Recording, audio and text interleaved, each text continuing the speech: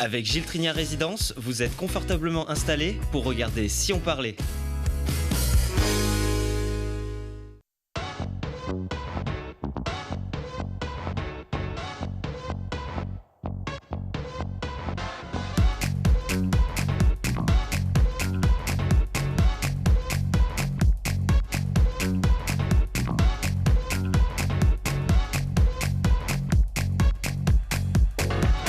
Bienvenue à tous, c'est l'heure de tendre l'oreille pour boire les paroles de ces assoiffés de créativité, d'aventure qui donnent du relief à la vie près de chez vous. Les reliefs, il n'a jamais pu s'en passer, même après sa retraite de l'équipe de France. Ce Vertaco reste sur les skis pour vivre à fond sa passion sur longue distance.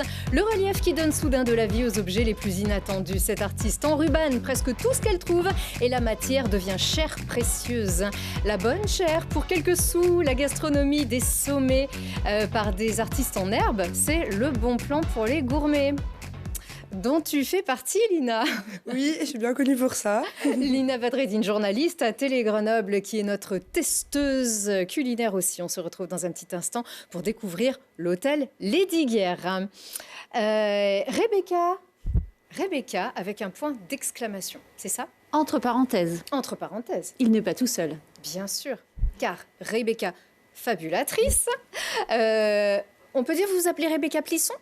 Oui, on peut le dire, mais... C'est un peu en lien avec ce que vous faites. Oui, d'ailleurs, oui. Les plisses qui sont... Voilà. Les plisses qui sont les tissus, les cuirs, en fait, finalement, mon nom aussi est en lien avec mon travail. Et voilà, vous êtes artiste remarquable par l'univers que vous créez avec... quelques bretelles, j'en ai une, je suis très flattée, enchantée, honorée. Quelques bretelles de soutien-gorge et beaucoup d'imagination et de talent. On vous découvre dans un petit instant. Le talent, le travail, l'inspiration, la transpiration et beaucoup de bonheur à la clé. Le vôtre, bonheur, le nôtre aussi. Maurice Magnifica, bienvenue. Merci, bonsoir. Bien sûr, un athlète, un sportif de haut niveau, il a du bonheur quand ça fonctionne, mais il en donne aux autres. Hein. Et ça, quand c'est partagé... On essaye en tout cas. Quand c'est partagé, c'est ça le principal. Ouais. Oui, il va falloir qu'on se console alors, et qu'on aille chercher du bonheur ailleurs, puisque retraité, ça y est, de l'équipe de France en Coupe du Monde. On a la dernière image, hein. Ça y est, c'était il y a quelques semaines à Oslo. Votre dernière ligne d'arrivée, 47e du 50 km classique. Beaucoup d'émotions, une haie d'honneur. Et puis, les amis, à l'arrivée, à quoi on pense ici, Maurice ? Voilà, c'était le dernier verre, un petit verre de schnapps, tu vois. Ah ouais, super. Ça va, j'étais encore lucide. Non, mais permis, c'était juste avant de raccrocher. Ouais, voilà, c'était l'exception. Non, mais ouais, c'était la dernière Coupe du Monde, voilà, en carrière après 18 ans presque sur le circuit et puis c'était une fin vraiment tout en émotion. Voilà, ça fait un mois que chaque jour passe et il y a toujours son brin d'émotion. C'était anticipé alors? Oui, c'est depuis un peu le mois de février que j'ai su et puis du coup qu'on allait préparer cette sortie et puis là c'est l'enchaînement. Il y a eu le championnat de France, on célèbre avec les copains et petit à petit on se prépare à l'après. Donc c'était quelque chose d'accepté, pas attendu, mais accepté. Oui, voilà, c'était pas, je serais plus en équipe de France. De toute façon, j'étais pas repris en équipe de France. C'est vrai que j'avais depuis un an ou deux, j'avais des résultats qui commençaient à être en dents de scie, des maladies, tout ça. Et c'est vrai que j'étais dans le groupe B cette année et du coup, je savais que de toute manière, j'avais comme objectif Milan 2026. Ouais. Mais c'est sûr qu'à 37 ans, ça paraît à la fois proche, mais à la fois loin aussi. Donc je savais que de toute manière, c'était année après année. Je l'avais dit que je prenais année après année. Et, donc c'est pas non plus... c'est juste qu'il faut l'accepter quand même. Hein. Après 20 ans de carrière en équipe de France, forcément, ça fait bizarre. Voilà. On ne se dit pas, je vais quand même essayer de prouver, je vais me surentraîner, ou est-ce qu'à un moment donné, on s'est dit, bon, finalement, ça devait être à ce moment-là, 37, bientôt 38, probablement aussi, même à l'heure où vous regardez, 4 avril. Bientôt. Ouais. Mais oui, c'est... j'ai une belle carrière derrière moi. Donc oui, il n'y a pas de regret, tout ça. Et oui, je vais pas forcer le truc parce que déjà, quand on est de plus être dans les collectifs équipe de France, c'est très compliqué. Il y a une belle densité. Aujourd'hui, on a des jeunes qui fonctionnent bien. Il y a vraiment pareil avec une génération qui est assez étalée et la relève qui est assurée aussi. Et du coup, c'est très compliqué de toute manière de jouer à la fois les sélections. C'est très long. Au début de cette année, j'ai fait ça, justement, les Coupes de France, Coupe d'Europe. Et après, tu arrives sur la Coupe du Monde. Tu as déjà passé 1 mois et demi avec cette pression des sélections et c'est pas évident. Et encore l'année d'après, et encore voilà, l'année donc d'après. là, encore plus quand tu n'es pas dans les collectifs équipe de France, oui, je pourrais choisir de dire, allez, je continue, on va jouer le jeu, mais non, je préfère de toute manière laisser ma place. Il y a, comme je l'ai dit, il y a ce qu'il faut en équipe pour assurer la relève et moi, je pars sur d'autres défis. Avec des Isérois qui marchent bien. Exactement, voilà, c'est vrai que sur le Vercors, il y a Mathis Desloges notamment, avec qui je me suis entraîné justement dans le groupe B cette année. Voilà, c'était un vrai plaisir. C'est des jeunes qui ont 15-16 ans de moins que moi. Donc ça fait un bel écart de génération. Et voilà, ils ont toujours ce super état d'esprit et toujours travailler dans la bonne humeur. C'est ça que j'ai connu moi dans cette équipe de France et voilà, c'est le plus important. Il faut l'insuffler, cette bonne humeur aussi. Vous avez toujours eu le sourire. Là, on vous voit avec cette carrière incroyable. 4 fois médaillé de bronze aux JO, à Sochi et à Pyeongchang en relais. Vice-champion du monde et triple médaillé de bronze, 6 fois vainqueur de la Coupe du Monde, 4 fois vainqueur d'étape autour de ski aussi, 17 podiums dont 6 individuels. Ouf. Voilà. Ça, qu'est-ce que vous retenez? C'est quoi C'est un beau palmarès, c'est sûr. C'est pas le plus beau du monde. Il y a des stars mondiales qui ont des chiffres encore bien plus gros. Mais c'est vrai que voilà, c'est actuellement le plus beau palmarès français. Ça a été un super parcours où c'est vrai que j'ai eu une progression depuis tout jeune assez régulière. J'ai la sensation j'ai pas eu la sensation d'avoir franchi des caps à un moment, d'être monstrueux. Ça s'est fait vraiment progressivement. Et puis j'ai réussi en tout cas, c'est ça qui est le plus dur en sport aussi, c'est maintenir son niveau. Et voilà, 15 ans on va dire que j'ai fait depuis 2010, 15 ans de très haut niveau. Et voilà, d'aller glaner cette première médaille olympique, c'était en 2014. Sur le relais, il y avait déjà eu Rodi d'Aragon en 2006, mais sur un sprint en individuel. Et c'était ce relais aussi qui tenait à cœur à cette équipe. Et puis, ça s'est presque enchaîné quasiment à chaque fois jusqu'à 2022. Donc, non, c'était une aventure incroyable. Oui, parce que nous, ce qu'on voit aussi, c'est les paillettes. Nous, on se souvient aussi de ce retour des JO de Pyeongchang parce qu'on y était. C'était animé par Télé Grenoble. Ouais. On était ici c'était au summum. Et c'est vrai que pour un sport qui est vraiment sous le feu des projecteurs que tous les 4 ans, c'est le cas du ski de fond, un peu plus pour le biathlon notamment, mais ça, c'est des moments qui se savourent et on se dit que voilà, ça s'est fait, ça compte aussi pour l'histoire du sport et son histoire personnelle. C'est vrai qu'on est un sport. Alors, le ski, on a la chance d'avoir la Coupe du Monde qui est diffusée quand même sur chaîne payante, certes. Donc ça fait la diff par rapport au biathlon malgré tout, qui est sur chaîne gratuite, sur la TNT. Donc c'est sûr que ça fait tout de suite, c'est pas la même. Mais après, on a notre communauté, nos gens qui nous suivent. Et puis comme Télé Grenoble, on est toujours ravis de venir sur le plateau pour parler de notre sport. Et on en est très heureux. Voilà, c'est un sport local. On a quand même notre communauté. Là, il y a eu les championnats de France des clubs et notamment dimanche dernier.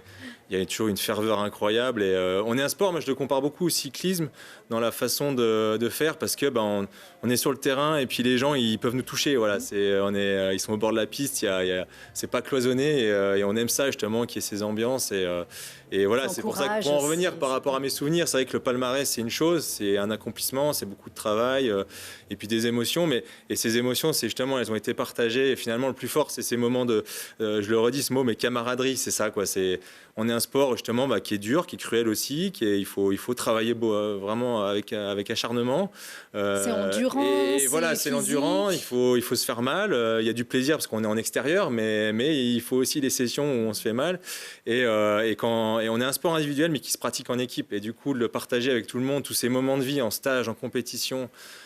Voilà, moi finalement depuis vraiment le haut niveau attaqué vraiment au lycée, on va dire, avec le ski études, et j'étais à l'internat et en stage, à l'internat, ça c'est des moments qui vraiment forgent un groupe vraiment, et même si mes copains ont changé, mais c'est toujours resté mes copains, puis j'ai de nouveaux copains à chaque fois et c'est ça qui reste après la carrière, parce que c'est vrai que le haut niveau, c'est bien si on le partage. Ouais, et c'est bien après si on le transmet, si on transmet cette expérience, ça aussi, ça en fait partie. C'est ça, moi le message, c'est qu'au final, le la base, c'est la passion. Voilà, on aime ce qu'on fait. Ça aide justement à se faire mal. C'est un travail passion. Voilà, donc c'est pour ça qu'une fois qu'on est pris dedans, on n'a plus vraiment envie de s'arrêter parce que voilà. Parce qu'il y a ça à la clé. Et voilà, et c'est juste des moments hyper intenses et c'est vrai qu'on passe de phases où quand on rentre de ces week-ends-là, il y a toujours un coup de mou, même en fin de saison, il y a toujours le coup de mou. Un peu le blues de la saison, mais c'est vrai que du coup on a hâte que ça reprenne et puis de retrouver les copains en stage et puis toujours c'est un cycle chaque année qui recommence et puis quand il y a les résultats au bout c'est juste incroyable et donc moi c'est vrai que le message que je fais passer aux jeunes c'est avant tout se faire plaisir, c'est quand même ça qui est le moteur principal et puis le travail, le haut niveau, la recherche de la perfection, tout ça ça, c'est le supplément. Mais voilà, la première chose, c'est la passion. Et voilà, il faut qu'il y ait ça au début. On vient de vous voir deuxième du Tour de ski aussi. Ça, c'est quelque chose qui peut rendre aussi le ski de fond un peu plus populaire. Parce que ça ressemble presque un peu au Tour de France avec ces étapes. Ce qui est populaire aussi, c'est ces fameuses longues distances dans lesquelles vous vous lancez. Parce qu'on parle d'autres projets. Vous gardez les skis. Vous n'êtes pas retraité du ski de fond. Vous changez de format, vous changez de formule. Vous dites au revoir à l'équipe de France, mais bonjour à quoi? À la Vasalopette, à la Transju ou celle assez imprononçable à Bérette. À Birkebeiner Rennet. Ah, voilà, ok. C'est la course de Birkebeiner. On va pas faire l'historique précis, mais ça y est, vous l'avez terminé. Ça a été la première des. Voilà. J'ai eu la chance depuis quelques années déjà de m'ouvrir un peu à ces longues distances, notamment en skate. J'ai pu faire la Transjurassienne, ma première l'an passé. Alors on pourrait se dire pour un fondeur, d'avoir mis tout ce temps avant de la faire, mais c'est vrai que le circuit Coupe du Monde, c'est un circuit à part, c'est le circuit principal. En tout cas, quand on fait du haut niveau et quand on peut s'ouvrir à ces courses-là. Et en fait, on se rend compte que aussi le ski de fond, c'est ça, c'est cette ferveur populaire. Le cœur des pratiquants, quand même, il est là aussi dans ces courses populaires. On voit la foulée blanche. Alors, la Transjurassienne, voilà, la foulée blanche, exactement. Alors, ça tourne en France entre 1000 et 3000 personnes, mais quand on va à l'étranger, il y a la course en Suisse qui s'appelle le marathon de Langadine. C'est jusqu'à 10 000 personnes au départ. La Birkebeiner Rennet que j'ai faite, c'est 8 000 personnes. Avant le Covid, c'était 15 000. La Vasalopette, pareil, c'est 16 000 personnes. Et il faut voir les images, c'est juste. Et en fait, il y a aussi cette émotion-là. Et finalement, les gens nous rencontrent justement quelques stars qui viennent justement des fois ponctuellement sur ces courses-là. Et je me rends compte que c'est vrai que typiquement, il y avait notamment quelques anciens biathlètes justement qui avaient fait la course la semaine passée. Mais et voilà, ces courses-là aussi, elles sont vraiment belles. Et c'est un défi parce que le circuit privé, donc c'est avec des teams privés, c'est à l'image un peu du cyclisme.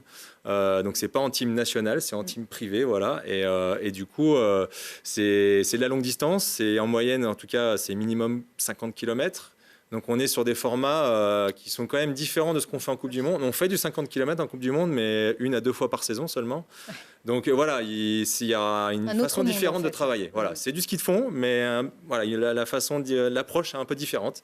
Donc c'est un nouveau défi et puis toujours alternatif, classique. Alors ça, il y en a quasiment pas. Justement, c'est beaucoup de la double poussée, que ce soit en bosse ou au plat, parce que la glisse, elle est hyper importante. Et en fait, ils se sont rendus compte que c'était plus rentable d'être que en poussée et d'avoir les skis de skate et en avant. Et puis donc c'est particulier. Il faut un entraînement spécifique sur le haut du corps, le gainage. On parle beaucoup du corps, le mot corps là. Voilà, c'est ça, beaucoup de travail comme ça. Donc ça va être un nouveau défi, un nouveau challenge. Et dans la vie alors, et puis dans la vie, justement, on va faire une transition douce. Justement, j'ai pas de projet précis à date où je me dis je vais faire ça. J'ai plein d'idées. On verra. Un bon sourire, un bon discours, vous pouvez aussi transmettre et rester aussi dans ce milieu. Ouais, exactement. De toute façon, j'ai envie quand même, en tout cas dans un premier temps, de rester dans le milieu. Faire profiter de ma notoriété et puis là à la fin de saison de toute façon on va aller à la rencontre des écoles, des jeunes et tout ça et faire parler donner envie en tout cas de pratiquer pas que le ski de fond, c'est le sport en général et il y a les JO de Paris 2024 qui arrivent à grands pas, donc c'est vrai que c'est l'occasion de donner Milan envie. Et les Alpes aussi. Et puis exactement, à plus long terme, 2030, voilà. Voilà, c'est ça. Et profitez bien aussi les enfants, le ciné, la vraie vie, surtout sans avoir la contrainte de la reprise. On oublie le régime, mais le corps, ça c'est important.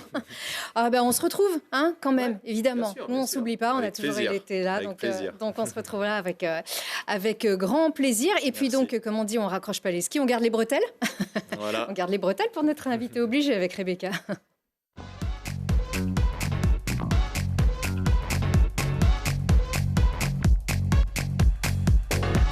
si je peux la montrer. Des fois, c'est ce qu'on veut cacher. Celle-ci, elle est vraiment pas jolie, hein.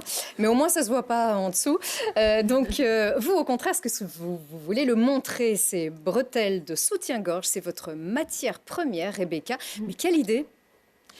Oui, quelle idée, je me la pose tous les jours et on me la pose tous les jours. Pourquoi les bretelles? C'est un peu le hasard. J'adore chiner, j'adore tout ce qui est matière textile. Et un jour, par hasard, dans une association qui fait de la récupération de chutes d'usines, je suis tombée sur une montagne de bretelles. Et là, c'était des bretelles montées. Alors, pour vous expliquer, les bretelles montées, ce sont les bretelles comme vous m'avez donné, voilà, c'est ça. avec le petit anneau, avec les deux petits voilà, trucs. qui sont coupées et montées, contrairement aux bretelles ruban, qui elles sont des grands linéaires de bretelles. Et donc je suis tombée sur un stock de bretelles montées, attachées en grappe par 40. Ça faisait des fleurs ou ça faisait des méduses. Enfin, je trouvais ça très beau. Et j'en ai stocké quelques-unes. Oui, et en fait, vous êtes une artiste. Oui. Alors, vous êtes aussi architecte. Vous Oui. êtes une artiste dans l'âme. Vous Oui. dessinez, vous créez. Oui. Vous êtes donc architecte et donc artiste. Et vous travaillez avec cette matière qui est noble, hein. Ce sont donc des rubans, des élastiques. Donc, c'est finalement un matériau qui est associé, la lingerie s'est associée au plaisir de la chair. Et vous donnez chair avec ce matériau. C'est Voilà, ça. vous lui rendez finalement son rôle. C'est ça. Eh ben, regardez, vous êtes en fait sous les feux de l'actualité de la saison culturelle du département de l'Isère, cette saison culturelle qui s'appelle Déshabillez-nous. Donc, Déshabillez-nous. Vous avez révélé vos œuvres lors de la présentation. Qu'est-ce que c'est ça? Alors là, pour l'instant, on ne voit pas trop. Ça va venir. Voilà. Qu'est-ce que c'est? Qu'est-ce que c'est? Ça, c'est une accumulation. C'est une accumulation de divers objets insolites. Ah ben là, on voit la grappe, justement. Tiens, on voit la grappe et on voit aussi donc, le ruban présenté, stocké en rouleau. Donc, c'est une accumulation qui s'appelle Adoration bleue et qui, au musée archéologique, se trouve sur la croix qui était sur le clocher de l'église. Oui, il y a une croix, il y a un crucifix. Voilà, il y a aussi, une on croix. voit sur Donc le là, côté. j'avais pris l'œuvre et je l'avais mis sur un bâton pour pouvoir la présenter. Donc là, on peut reconnaître des clés, des chaînes, des Christ, une arme, un pistolet, voilà, toutes sortes de choses. Et puis j'invite les gens à rentrer dans le jeu de la reconnaissance, découvrir quels sont ces objets. Parce qu'il y a des surprises. Ah, c'est un jeu aussi. Voilà, c'est vrai un que jeu. cette saison culturelle, dans certains des 11 musées départementaux de l'Isère, qui est donc sur ce thème de l'habit, en fait. Voilà, Tout à fait. l'habit, Voilà. avec chacun décline aussi à sa manière. Alors vous, c'est un travail qui est vraiment très surprenant. Au musée archéologique de l'Isère, vous avez créé, vous avez habillé des objets qu'on n'attend pas forcément. Vous avez travaillé sur place? Vous aviez un petit atelier sur place aussi? Alors, j'ai travaillé principalement dans mon atelier, mais en faisant vraiment, en visitant, en faisant moult visites dans le musée. J'ai travaillé dans mon atelier, j'ai apporté toutes les œuvres, donc j'ai présenté le projet, on a travaillé avec la directrice du musée, l'archéologue, et j'ai apporté les objets. Et sur place, j'avais un magnifique atelier qui était la sacristie, pour moi toute seule, et j'ai apporté tout mon matériel parce que finalement, quand on installe les objets sur place, on a besoin de les, d'affiner, compléter. C'était ma base arrière. Mais ça doit être un régal, c'est extrêmement mystique. Un lieu comme celui-ci, la crypte Saint-Laurent, vous aviez une imagination qui était absolument infinie. Ouais, j'ai énormément de chance d'avoir pu travailler dans ce lieu. Qui est unique, qui est exceptionnel. Qui est unique de par ses vestiges, en fait. Mais ce n'est pas des vrais os quand même, là, c'est pas des vrais... non, là, dans ceux que vous voyez, non, ce ne sont pas des vrais os. Je n'ai pas touché aux vrais os, je précise. Je suis venue simplement rajouter des objets au cœur des squelettes pour raconter quelque chose de la personne, pour rentrer en fabulation avec la personne. Mais cette chance incroyable de travailler dans ce lieu, qui pour moi porte 3 thématiques, qui sont l'architecture, bien sûr, donc c'est un lieu architecturé, qui sont la religion. J'aime beaucoup tout ce qui est iconographie religieuse, donc là, on y est, hein, parce que au-delà d'être une nécropole, ça a été une église, et maintenant, donc, c'est un site archéologique. Et la troisième chose, c'est tout ce qui a trait finalement à la mort et les rites funéraires qui m'intéressent parce que ça rejoint le travail que je fais d'enrubanage, puisqu'au final... Vous avez enrubané Anubis. Voilà. Je l'ai créé, Vous l'avez créé, il n'était pas là déjà, sinon... Voilà, mais je l'ai rappelé en fait, je l'ai appelé pour qu'il vienne dans ce musée Anubis. Et vous avez rappelé les cordes à l'endroit les cordes qui doivent sonner les cloches. Exactement, en fait à cet endroit-là, ce sont là où il y avait les cordes des cloches que j'ai en fait recréées. Mais je les ai un peu fabulées, on va dire, qu'elles se sont un petit peu transformées. Oui, et puis ce mobilier qui n'existait pas, mais on peut y croire. C'était ça le but. Il n'existait pas, mais j'espère qu'on peut imaginer qu'il a toujours été là et qu'il s'est fossilisé. Il s'allume tout seul. Envahi par de la végétation. Il s'allume tout seul comme un poisson. Il s'allume tout seul parce que comme un poisson, comme le poisson des abysses, il faut qu'il ait sa propre antenne, sa propre lanterne, pardon. Donc il s'auto-éclaire. Et oui, parce qu'on est aussi dans les abysses, on est dans les fonds, on est dans les abysses crypte. Parce que ces 2 bancs sont finalement installés dans la crypte, donc qui est le lieu le plus profond du musée et aussi le plus ancien. Vous aimez Tim Burton ? J'aime beaucoup. C'est pour ça. J'aime ce qui est tarabiscoté, tordu, sombre, bizarre. J'aime énormément. Il faudrait qu'il vienne voir votre expo. Ouais, je suis sûre que ça lui plairait beaucoup. Vous qui avez aussi côtoyé les hautes sphères parisiennes, alors ici avec une collaboration mais sublime chez Chantal Thomas. C'est vrai, vous avez un petit côté Chantal Thomas aussi. Oui, je sais pas si c'était voulu. Oui, alors moi, je suis née avec cette coiffure, donc bon, peut-être qu'elle aussi. Oui, là certainement. En tout cas, c'est ce qui a fait son empreinte à tout jamais d'ailleurs. Commun, ouais, c'est vrai. Et là, on revient dans la lingerie véritablement. Oui. C'est-à-dire, on revient sur ce support et sur le rôle originel de cette bretelle. C'est un travail extrêmement chic aussi. Ça vous a beaucoup plu ? Ça m'a énormément plu et en fait d'utiliser le ruban de bretelle en tant que peau finalement, je reconstitue une peau qui se voit, alors que le ruban habituellement, lui, il est caché. Mais vous lui aviez proposé ou c'était peut-être aussi comme c'est de la lingerie et donc des grandes marques de lingerie aussi que vous récupérez ces invendus. Voilà. Vous étiez en collaboration auparavant ? Non, pas du tout. En fait, je l'ai contactée, je lui ai parlé de mon travail et elle m'a tout de suite proposé de faire une exposition dans sa boutique. Non mais ça c'est magnifique. Donc voilà, donc j'ai créé des œuvres pour la boutique. Et ça a été installé plusieurs semaines dans la boutique. Elles existent encore ces œuvres ? Une partie, parce qu'une partie a été vendue. Voilà. Et là, on est à la maison des Champs-Élysées ? Alors, l'autre exposition, c'était l'hôtel La Maison Champs-Élysées. C'est ça, hôtel La Maison. Voilà, précisément. À l'occasion d'une Fashion Week ? À l'occasion d'une Fashion Week. Et cet hôtel, en fait, a été décoré, l'architecture intérieure a été faite par la Maison Margiela. Donc là, on est vraiment dans la couture.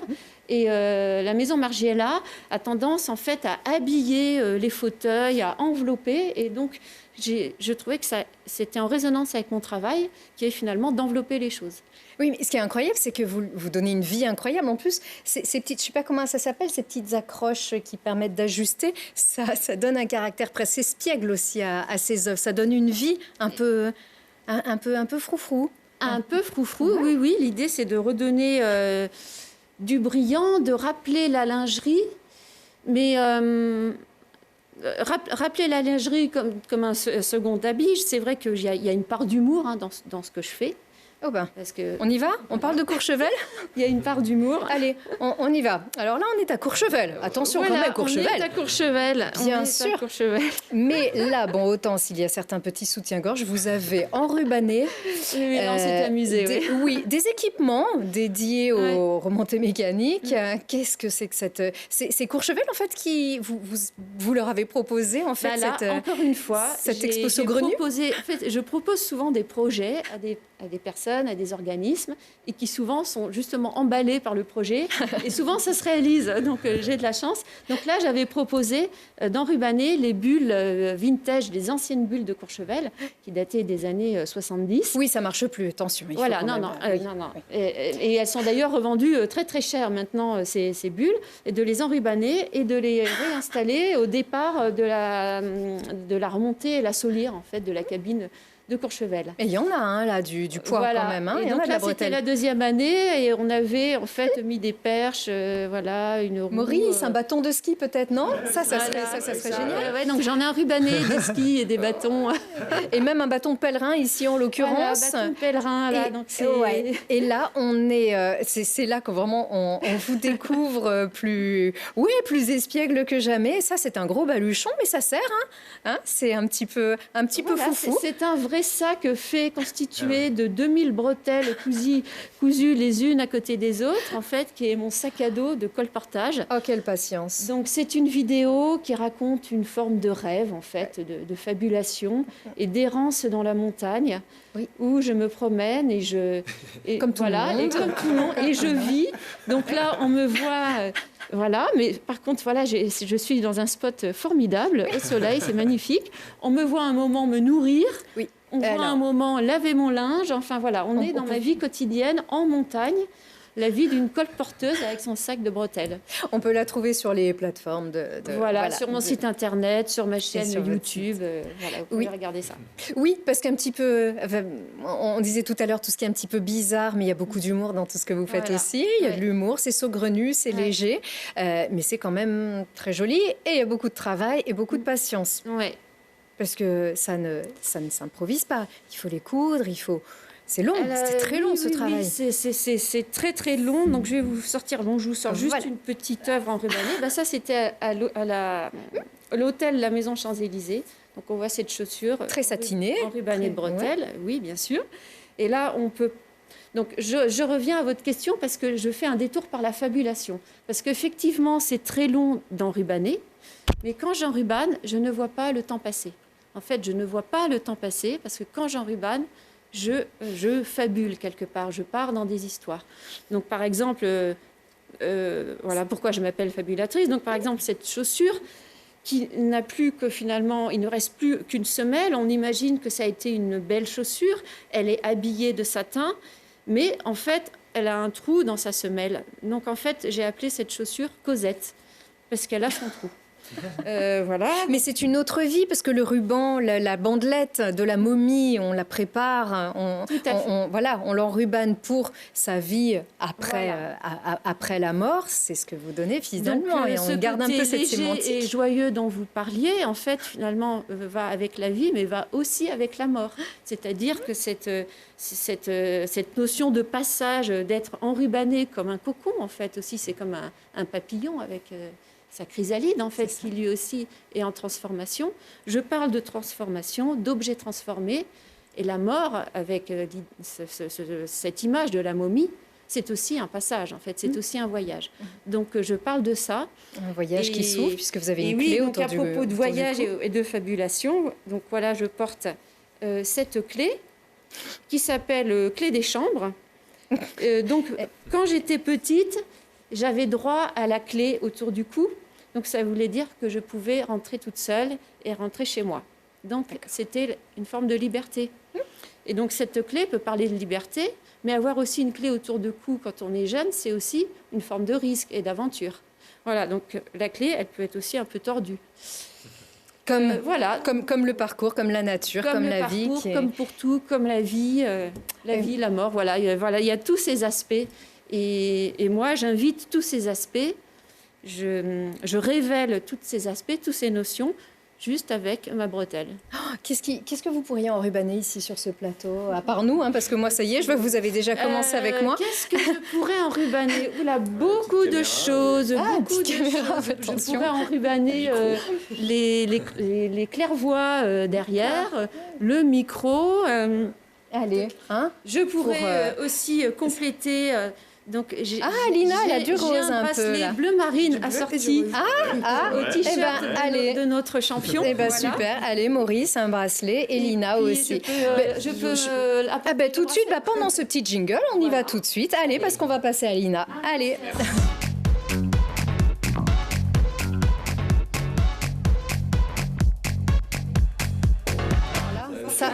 on est vraiment... On va faire une photo magnifique à la fin de cette émission. Merci beaucoup, Rebecca, c'est sublime. Alors, vous qui mangez très équilibré aussi, puisque la vie peut être tordue, elle peut être un peu saugrenue, mais l'équilibre, c'est important. Et quand il y a en plus le plaisir, Lina... On a tout trouvé à l'hôtel-restaurant Lesdiguières, justement. Donc, c'est l'hôtel-restaurant des étudiants. C'est un lycée hôtelier dans lequel on peut manger. Soit dans le restaurant un peu gastronomique, plutôt bistronomique, soit maintenant dans une brasserie. Et ça, c'est ton coup de cœur. Pourquoi ? Parce que la gastronomie, elle n'est pas toujours à la portée de tout le monde. Non, exactement. Et moi, j'avais jamais mangé dans un resto gastronomique. Parce que je suis peut-être trop jeune, j'en sais rien. Ou encore. Mais en tout cas, voilà, c'était une première. Et je trouve que c'est une belle entrée en matière, une belle mise en bouche pour débuter dans ce domaine. On est plongé un peu dans l'univers en fait, de la gastronomie. Bon, faut pas oublier qu'on est servi par des étudiants, etc., qui sont encore en formation. Ça se voit un petit peu, mais c'est quand même très bien servi. C'est très chaleureux, c'est très soigné, exactement. Et on se régale. Le grand public peut y aller, hein. On peut y réserver. Oui. C'est un restaurant classique. Exactement, c'est comme dans un restaurant classique. On peut réserver pour manger le midi ou le soir pour le restaurant gastronomique. Donc, c'est ouvert du lundi midi au jeudi soir. On peut y aller et manger pour soit prendre un menu, soit pour les plus gourmands, un menu avec une mise en bouche plus un plat plus un dessert, ou bien le plus gros menu, c'est le menu complet avec viande et poisson et mise en bouche et le hors-d'œuvre. Et c'est vraiment pas grand-chose. Non, alors justement, c'est accessible à tous puisque ça coûte 23 € pour le menu avec mise en bouche, plat avec viande ou poisson et dessert ou sinon, hors d'œuvre et plat sans le dessert. Mais c'est vrai que c'est incroyable. En 3 services. C'est extrêmement fin, c'est très très travaillé. Ce sont des étudiants qui travailleront dans des grandes maisons, qui seront peut-être seconds, qui ouvrira leur restaurant. Ils sont en formation, mais avec des grands professeurs aussi. Donc, exactement, oui. Ils sont destinés en tout cas à travailler pour de grands restaurants. Et ça se voit puisque les plats sont quand même très travaillés, très fins. Nous, quand on y allait, on s'était bien régalé. Oui, on avait eu droit en mise en bouche. Alors, j'ouvre le menu il est quand même technique. Pour donner un petit exemple. Allez. On avait eu en plat du jour pour le poisson filet de carlet meunière, artichauts et champignons aux écrevisses, coulis d'américaine à l'estragon. Je ne l'oublierai jamais. Ou sinon, attention, une viande servie en 2 services avec pièces de bœuf en 2 services, donc, contrefilet grillé aux oignons confits, pickles et dauphinois, joues braisées et compotées de choux au lard fumé. Avec des desserts aussi, voilà. Et justement, à la truffe, oui. Justement, alors c'était pas la truffe, c'était à la morille. Ah oui, c'était à la morille, pardon. C'est pareil. C'est du champignon. C'est aussi, voilà. Mais oui, alors ce qui était marrant, c'est qu'ils ont mélangé truffe, du coup morille, avec du chocolat et de la poire. Et c'était un peu particulier. C'est audacieux, mais c'était très bon. Un peu audacieux, mais très bon. Délicieux. Moi, j'ai beaucoup aimé. Puis moi qui avais encore une fois jamais mangé dans ce type de restaurant, c'était très original. Pour 23 €. Pour 23 €. Je ne sais pas si vous y êtes déjà allé. Mise en bouche, plat et dessert. Ouais. Ça peut être un rendez-vous galant ou simplement un dîner entre collègues comme on a fait nous deux. Il y avait des anniversaires de mariage de personnes âgées. Il y avait vraiment. Il y avait tout. Et exactement, quand je pense qu'on a travaillé à côté tellement longtemps. Et puis, c'est pas tout, il y a aussi la brasserie. Voilà, et là, en fait, ils viennent d'ouvrir une brasserie. Ah non, ça, c'est les petits plats, Alors oui, ça, c'est les plats. Donc ça, c'était la mise en bouche avec la Saint-Jacques. Oui. Ça, c'était le saumon gravlax, c'est l'entrée. Oui, c'était ça. Ça, c'est le carlet. Voilà, le poisson. Et il y en a, en plus. C'est pas des toutes petites portions. Alors oui, on se fait plaisir avec un raffinement. À la fin du menu, on a plus faim. Et ah oui, aussi, il y avait un autre truc qui nous avait bien marqué, le pain. Il était super bon, le pain. Et il est fait aussi par les étudiants de l'hôtel. Et ça, on l'a vu direct en le goûtant. Elle est là, la morille. Le pain, il avait vraiment bon goût. Donc là, voilà, c'est les cuisines.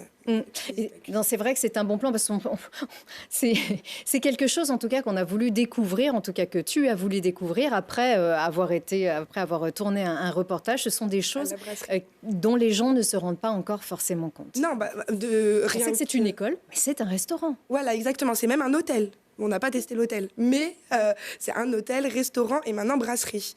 Et qui est situé d'ailleurs 122 cours de la Libération à Grenoble, juste pour la petite précision. Qui a accueilli le Tour de France en fin 2020. Oui, c'est ça. Oui, ça devait être ça. Oui, le Tour de France qui avait eu lieu à la rentrée, quand c'était en septembre. Donc, super bien reçu, notamment pour l'étape de repos. Exactement. Voilà. Donc, c'est du sérieux. C'est du sérieux et on peut même y manger en groupe, mais il faut réserver, que ça soit pour l'hôtel, le restaurant ou la brasserie. Et s'y prendre un peu à l'avance. Voilà. C'est sûr. La brasserie. Et justement, la brasserie. On y vient. Donc, c'est tout nouveau. Hein, ça vient d'ouvrir il y a quelques semaines, mois. Et là, en fait, on est sur un autre service. Donc, on n'a pas de nappe, par exemple. On va manger sur des sets de table. Ça va être des plats qui sont peut-être un peu moins travaillés et qui ressemblent plus à du restaurant classique, hein, une brasserie, en fait, dans laquelle on va manger en ville ou n'importe où. Mais c'est quand même... pour y avoir mangé aussi, hein, c'est quand même digne d'un restaurant, d'une brasserie. Le bistronomique, oui. Le bistronomique du restaurant étoilé, par exemple, ça peut tout à fait. La brasserie. Parce que le restaurant étoilé a souvent aussi son bistrot, en tout cas sa cuisine quotidienne. Mais c'est meilleur que dans certains restaurants où j'ai pu aller. Honnêtement. Après, voilà, ça sont encore des étudiants, donc ils sont en entraînement pour le service. Ils ont très bien. Mais ils sont très sérieux, ils se débrouillent très bien. Et il y en a, on en mange là, ça va. Ah ouais, là, le menu, on est calé à la fin. Même après l'entrée, j'avais déjà presque plus faim. Et donc, comme je disais, c'est un autre service. Ils font des cocktails. Ils sont vraiment formés à tout, les étudiants. Très brasserie lyonnaise, hein, comme on dit, bistrot lyonnais. Voilà, c'est vrai que ça me semble... connaît bien Lyon. Ce jour-là, on a mangé une salade de lentilles lyonnaise. Oui, mais voilà. Exactement. Parce qu'en fait, ils reprennent quand même des plats régionaux. Donc, en entrée, c'était la salade de lentilles lyonnaise. Et en plat, c'était saucisse truffade. La truffade, c'est... Auvergnat. Voilà, c'est Auvergnat. Ça ressemble à une purée avec de la tome de Cantal. Voilà, c'est ça. C'est ça. Et en dessert, une poire pochée qui était aussi très, très bonne. Donc, vraiment, je recommande. Là, on est sur le menu entrée, plat, dessert à 21 €. Et si on prend seulement entrée, plat ou plat, dessert, on est sur du 17,50 €. C'est des prix qui sont relativement corrects. Là, pour le coup, la brasserie, elle est ouverte que le midi et que 2 jours par semaine. Parce que c'est encore le début. Pour réserver, il faut appeler l'hôtel qui transmet un mail et réserver. C'est pas encore accessible depuis le site, mais c'est en train de se faire. Donc, il faut s'y prendre à l'avance et surtout ne pas rater cette occasion de se faire plaisir et peut-être de goûter la cuisine d'une future grande chef ou d'un futur grand chef. Exactement, voilà. Ou de plusieurs futurs grands chefs. Et donc, un grand bravo aussi à toute l'équipe de l'hôtel Les Diguères. Hein. Ça c'est sûr qu'il y avait aussi collaboré avec beaucoup de succès Ils sont très, très à la finale des meilleurs ouvriers de France. Il y a déjà un an, un petit peu plus d'un an. Ben voilà, on va y aller tout de suite. Non, on a encore un petit coup de cœur. C'est tout bon, Lina? Oui, c'est tout bon pour moi. Voilà. Et ben non, on a encore le petit coup de cœur de Rebecca. Hein? On a le temps.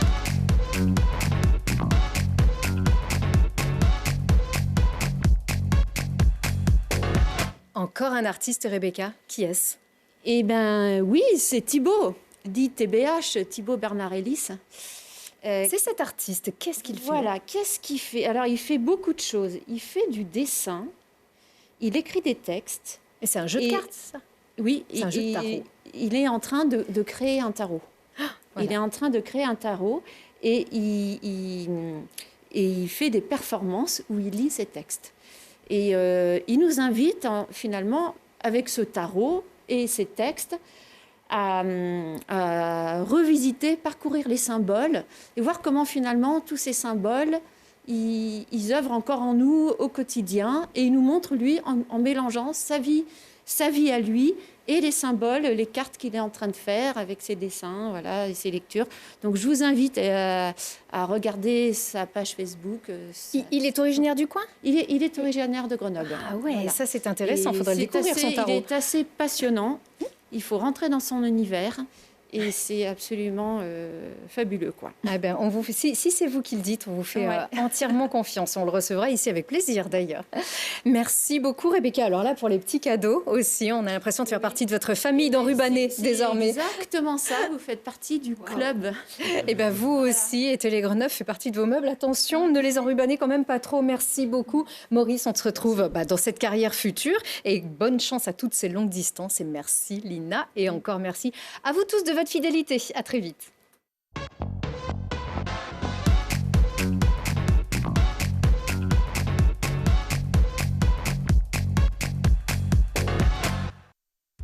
Vous avez profité de Si on parlait avec Gilles Trigna Résidence.